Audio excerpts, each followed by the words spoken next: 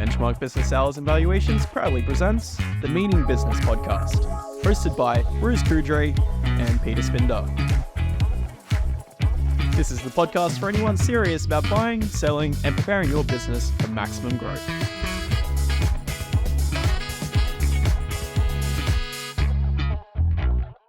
What was that big thing that we were talking about?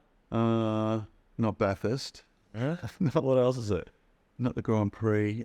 Voice. Do you remember The Voice. Yes, I do. Yeah. So enough months have gone by. Tell me, how'd you vote? How do I vote? Yeah. Well, yes. So you know, good come question. on, tell me. Okay, if I tell you that, Yep. if I tell you I voted yes, Yep. some people are going to think they don't want to hear what I have to say, they don't like me. If I tell you I voted no, I'm going to polarise a section of the community. So what you're saying is, either way, you're kind of screwed? Is that what you're saying? Well, it shouldn't be that way, but that is the way it is, isn't it? I mean, The Voice was a polarising, unfortunately, moment in Australia's history that rarely, emotionally and mentally, I think, divided a lot of Australians, and that's a real shame. Agree. It shouldn't be that way. We should be able to... It's a referendum, right? It's just a vote on what people think about something. That's right. But it just shows that, and not only with that, but prior to that, marriage equality and other things like global warming have just become so polarising. So, we're, not just in Australia, but around the world, we're split into this kind of, you're woke or you're not, or... Absolutely. We're sort of moving in one direction to another. I think part of it is this, and I'm going to tap away, and this keyboard warrior mentality, that I'm behind my keyboard and I can say what I want. Yeah, and I that don't does give a nothing. shit what you think about doesn't it. achieve anything. It doesn't achieve anything. And so for me, the voice goer. Sorry, yeah. But what that keyboard warrior does is it goes to all the other people with similar points of view, Yes. stirs them up, Yes. and then the people with the other point of view, they're stirring up theirs. Yes. So we're getting even more and more and more entrenched in our way of thinking. Stirring and stirring and stirring. Now, Yeah. before we get on to the main thing that we're going to talk about today, one other big problem with this whole keyboard warrior thing is that it's happening on social media. And the big problem with that is that the way that the algorithms are working, I don't know if they're still working like that right now, but the way they're working, or used to work, is that if you're pursuing a particular topic, if you're reading up on a particular topic, you're consuming a particular type of direction from an information point of view, guess what the algorithm thinks? Yeah. It thinks Bruce wants to see Feed more him. of that. So Yeah. you be fed more. Exactly. And it's this positive cycle. Yes, All you're going to see is a no, that's the base. yes, yes, yes. Yes. And the gap is getting bigger and Yeah, bigger. that's exactly right. And so the problem we've got, and this is the thing that for me, The Voice highlighted this, is that I believe people, society, we're losing this ability to have conversations, to have debates in a way that we respect the other person's viewpoint. We're willing to listen to their viewpoint. We're willing to actually take that on board and go, you know what? I actually believe that maybe I've got it wrong. Maybe you've got it right. Or maybe there's certain elements. Or maybe there's no yes or no. Maybe it's in the middle. And we go, you know what? We've got to come together and find a middle ground, find a different solution. Yeah. That is the thing. So it's this. We're talking about business here today, right? And how in business this kind of mindset can be a big win or a big lose. Nothing is in discussion. We're talking about respectful debate, right? So if we are prepared to be open-minded and respect the other person's point of view, you don't have to agree with it.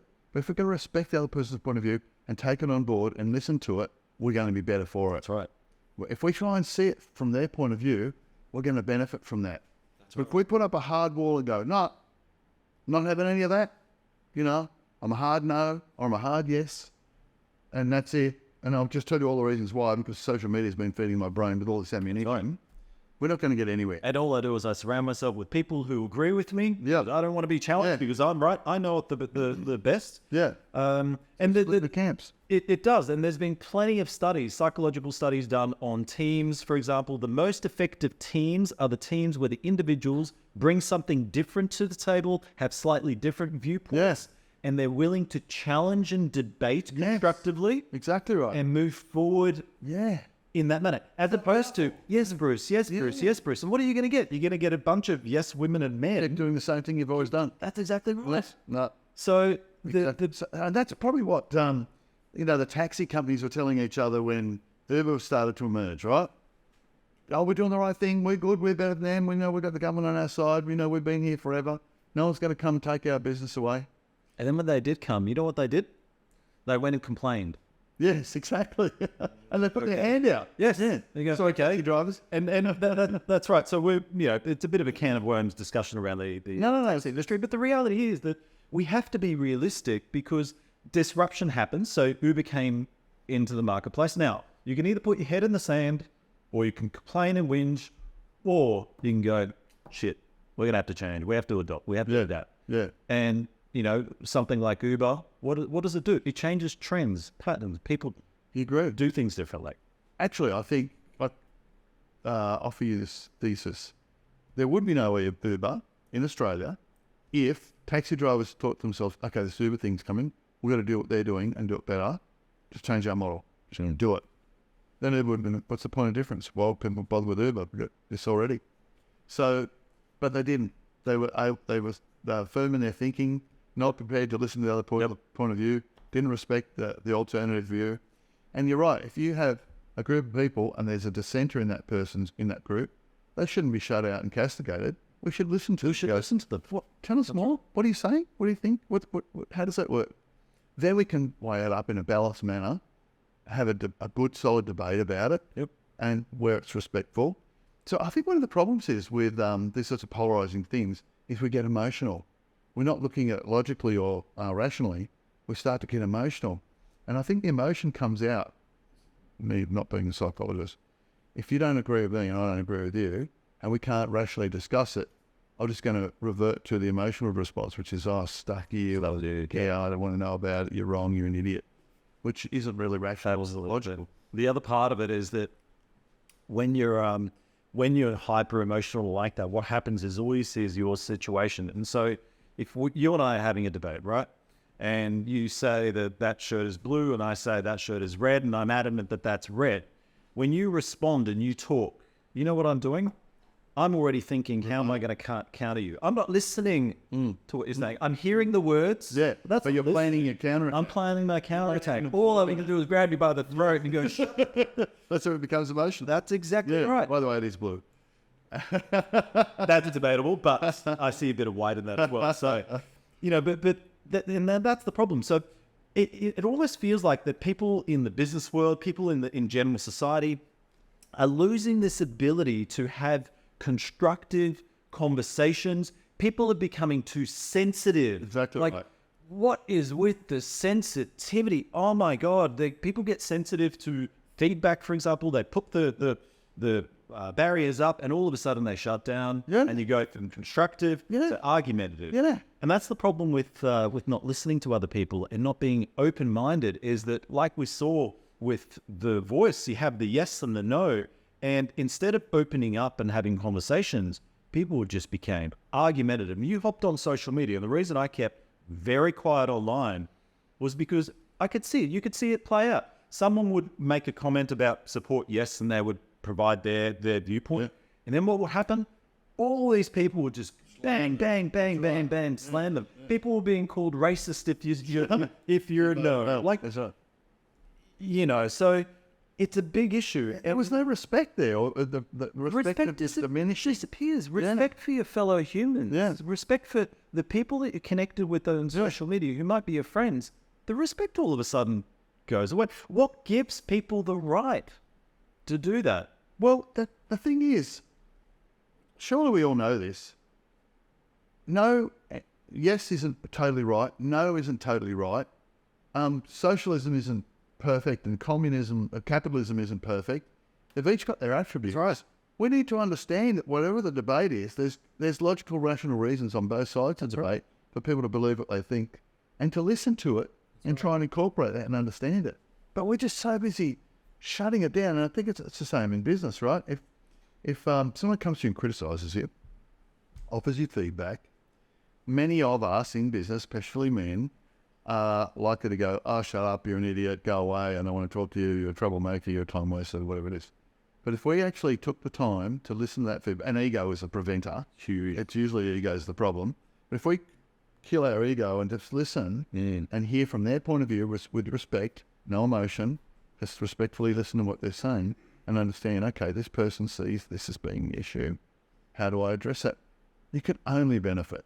Absolutely. It's the only way to move forward. I mean, the reality is that unless we're willing to have these transparent conversations and we're willing to listen to the other person's viewpoints and thoughts on whatever it might be that we're discussing, unless we're willing to do that, we will never have good relationships, because you can only build true relationships if we can be true to ourselves and each other, and we can respect each other. You can't build strength and relationship and trust if we don't respect each other. So first of all. Second of all, if you're not willing to open your mind, especially in business, if you're not willing to open your mind, guess what? Growth is stifled, innovation is stifled. You can forget about becoming an innovation company. You can say, I'm innovative. Yeah. But you can never become innovative if you're closed-minded. Yeah. It just is not possible. Yeah. And if we close our mind, like the taxi operators probably did, and we don't want to listen to what anybody else is saying, then we're not going to grow. If you look at the greatest scientists, I watched a really interesting movie about an Indian mathematician in World War I in England, amazing movie. And if we open our mind and listen to what they've got to say and then challenge it and debate it respectfully, we can probably take a little bit of the good here, a little bit of the good here, and figure out how we're going to make this work. That's right. So I've seen migrant families come to Australia, and they were struggling, right? And by pulling together and listening to each other's point of view and being respectful, they made it through and have grown to enormous results. And that's what we've got to do in business. When we our business, we often say to our clients, you need a business plan, etc. What people make as a big mistake is that they'll develop a business plan, and then that's the business plan forever, without realizing that, in fact, the business plan is just an evolving tool that you need to keep updating. It holds you accountable. Yeah. But it's pointless if it's just sitting there and gathering dust. No. But you just reminded me of something. So 1985 or 6 or 7, a guy named Graham Marks came to me. I had a Shell service station. He told me all the things I was doing wrong, and my ego kicked him out the door. A year later, when things were really getting bad, because he was right, I went back, I did what he said, created a business plan, took it on board, apologised to him. God, I wish I'd listened to him a year earlier. So, having a business plan, critical. Not letting it gather dust, critical. But being able to create that business plan by taking on board criticism and observing what's going on, listening to others.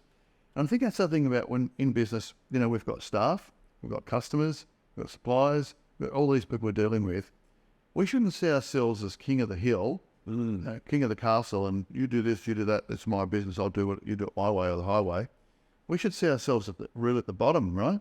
We serve the customer. If our staff are happy, the customers are happy, the business is running well, the suppliers are happy with us, they like us, we're doing a good job, everyone's happy, right? So we should actually be leaders. It is. That's right. I guess to an extent is behind, and leads from behind. That's just what happens. Elevates everyone else up on the team and celebrates successes. And listens. But importantly, they listen and respect, and they're willing to have a conversation where they realize that we will make mistakes. We're not all perfect. No one is perfect. It doesn't exist. No.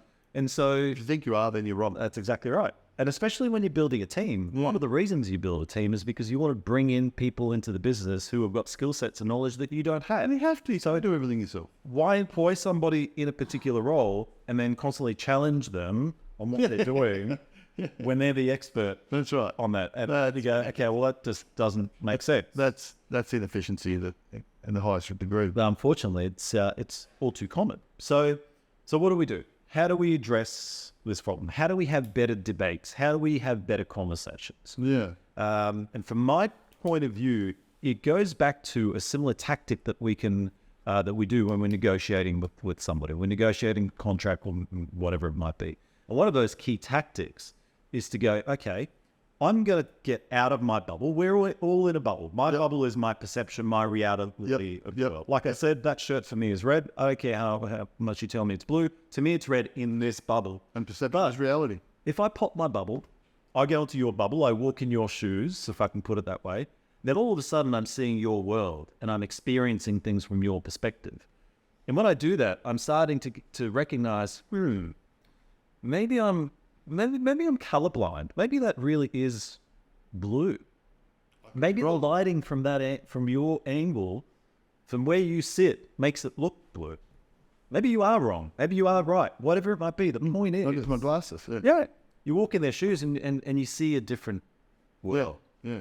And then what we do is we respond with respect. We let the other person talk. Yes. Tell us their feelings. Tell us their thoughts. They let us do the same thing. Yeah, exactly. And we see how we can You can get on. You can do a lot more. So you wrote down the other day, debate done right. Yep. I think that's what we said. Yes. Yeah.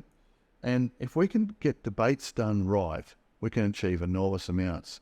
So if we can start a conversation, you think black, I think white, you think yes, I think no, and we get together and we talk about it, we can achieve an amazing amount if there's respect there. But there's another thing to this, I think, and this is for maybe employers dealing with staff and people that you work with, co-workers. I think the world's got to the point where we show respect by talking to people. I was talking about a guy who was at my house today, right? So he was sanding the ceiling in the garage, and if he'd left dust there, it would have been. And I said, mate, don't worry about it, I'll clean it up. And he goes, no, I'll clean it up. So if I'd taken the alternate view, which was, mate, this place better be spotless as when I get home. So it's threatening. Yes. So by kind of, well, maybe it's a bad example, but by kind of having a discussion with people, respecting their point of view, and throwing yourself on the ground metaphorically and saying, look, don't worry about me, I'll help you out, we'll get it done. But literally meaning it, I meant that when I said it to him. We achieve a lot more. Well, it's actually a perfect example where I've seen this time and again in business. Scenario is this. I'm the customer. I have the money. You're the service provider. I'm giving you the money. So therefore, you bow down before me. Yes. Because I am your superior. I have the cash. You are my subordinate. You do as I tell you. And if you don't like it, I'll take my money and go somewhere else. Yeah. Now, that is such a old school, traditional way of thinking that shouldn't exist anymore. Right. And sadly, it still does. It does. It's a big issue. And you know what it goes back to? It goes back to one simple thing. It goes back to ego. Always goes back to the same thing, which is ego. So as business owners, we've got to have this low ego perspective where it doesn't matter how successful we are, how much knowledge we have, we need to make the other person feel comfortable around us. We need to make them feel valued and valuable around us. Yeah, exactly. Not belittle them by saying, oh, I know this better than you do, or I have more money than you do, or whatever it might be. Because you think about it, if you treat your supplier like that, one day you're going to need them, you're going to run out of stock, and they're going to decide, do I supply this guy or do I supply his competitor? That's right. Do I give him the deal or do I make him wait? So, it's pointless to take that attitude. But I think a lot, you mentioned ego. There's another little thing about it, and I'm thinking about this in terms of a manager or an owner of a business with staff and teammates. Sometimes we don't want to have that roundtable discussion. Sometimes we don't want to be open and respectful because we're scared about what they're going to tell us. We're nervous or anxious or embarrassed about what they might raise. We don't want them to do that.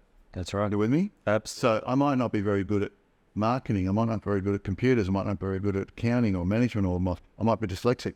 I don't want anyone to say anything because it's going to embarrass me.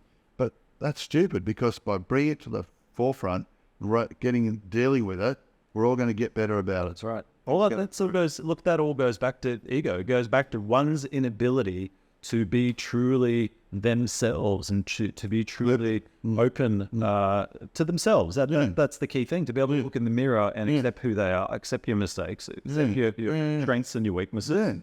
And like I said before, one of the purposes of having a team, other than the fact that you can scale a business by having a team, but one of the other purposes is by bringing different skills into a business that you can leverage. And so if we think about King Arthur's Round Table, where the king was sitting there, everyone put their swords down with the knights. Where's the king? If the king's also wearing an armor and going into battle, everyone looks the same. It's a round table for a reason. And it's important in a business to have round table conversations that involve. When I help clients develop a strategy or business plan, my preference is to have admin people in there as well. Have people on the ground in there because they have a different viewpoint. They give you great feedback. Give you the feedback. Now, as a leader, you need to be able to make decisions based on what the group says and also independently. So not everything needs to be round table. But you've got to be able to have debates and conversations where you hear the input, because you know what? We don't know everything, and we might think that the decision to go down path A and focus on a particular product, we might actually be completely mistaken, because the admin person will tell you that, you know what, no one's calling about that product, they're calling about something else, but you're not aware of it. Don't know that. So there's another thing here, motivation. So if I'm on the knights table and the king's at the head and we're all knights and he says go out and fight, I'm not very motivated. But if he's in the battle with me, we're all equal, I'm pretty motivated. And if you get me off the production floor, factory floor, to come to the board meeting and participate and give my feedback, and it's respected, and it's taken on board, and we understand it, and it's may even make a difference to how we do things, I'm so motivated. But it's more than money. I'm motivated because they took my idea on board. They're listening to me. I'm appreciated. I'm respected.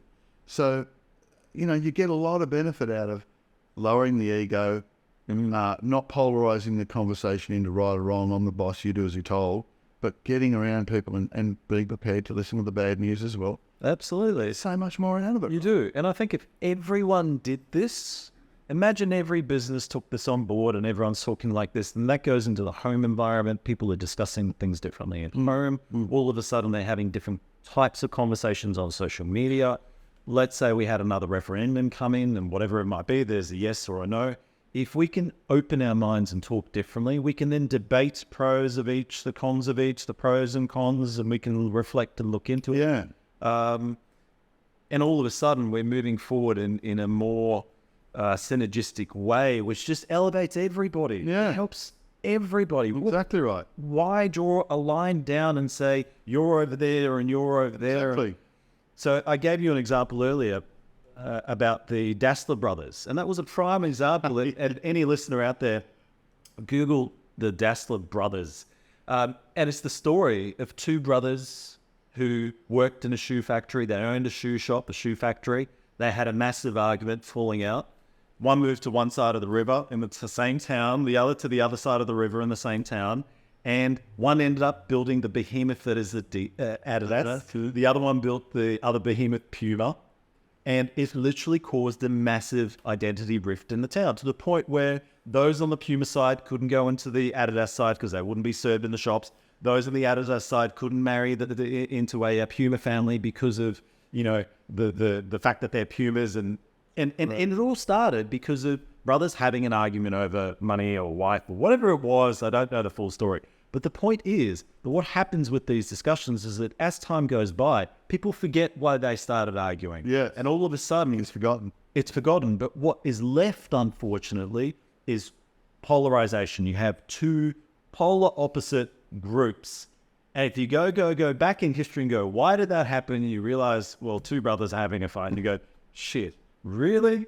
They couldn't have just, met in the middle and have a conversation. So the point is that that's at the extreme, it can cause these sort of extreme things to happen. That's right.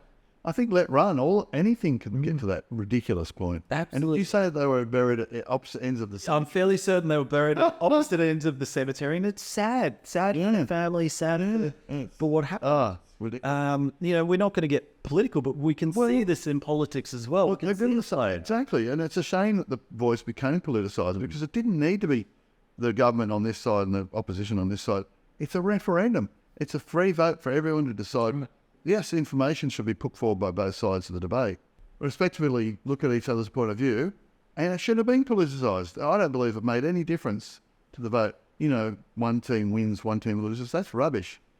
In fact, people shouldn't join one political party because that's the way their parents always voted or something. You should look at everything on its merits and discuss it and debate it and then bring it back to business.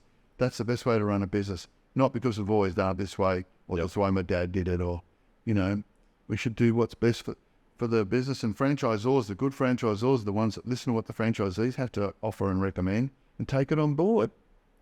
Absolutely. If franchises didn't do that, McDonald's would still be selling a cheeseburger and little chips.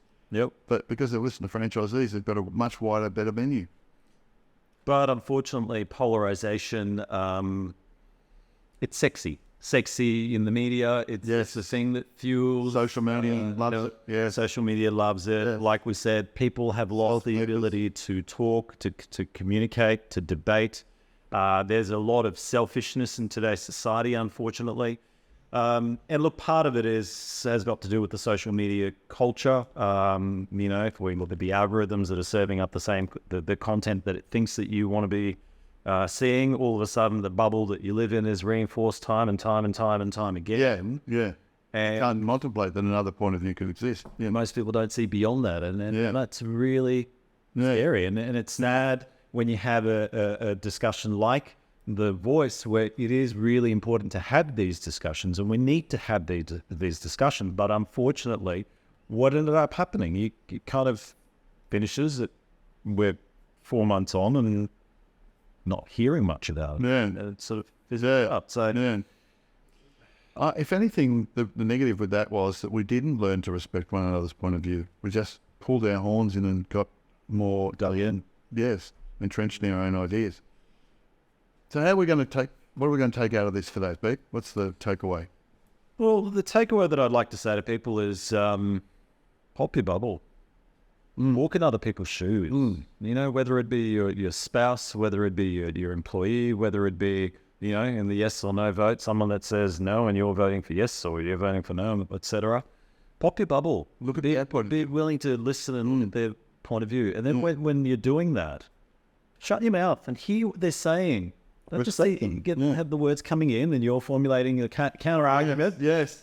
Before they finish their sentence, you've got you're already counting them off. No, Bruce, that's rest. I understand. Yes. Listen and understand. You can benefit a lot from that. Importantly, just forget about your ego if you can. Put it aside for a moment. And if you say to me, Peter, you know what? This is blue.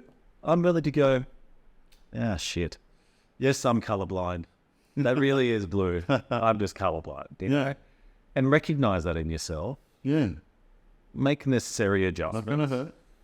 And this is the message that I believe you should convey to your team as well. Yes. And treat your team with respect. Which is what I was going to say to finish on. I was going to say, I think we should adopt the round table approach to leadership in business. Not the boardroom where there's someone at the head and everyone the minions and they have to do what's told. Yep. If we all work together, we all have the same what's going on, respect each other's opinion, we're going to do way better than the competition. Absolutely. So should we finish on that note, Pete? Definitely. If you've got any comments, feedback, thoughts on what we've just discussed, please leave them in the post below, whether it's a video or wherever you're watching, listening to us. And I didn't have to tell you which way I voted. That was good. No, you didn't. I won't tell you which way I voted either. Well, thanks. You did, I respect it. Absolutely.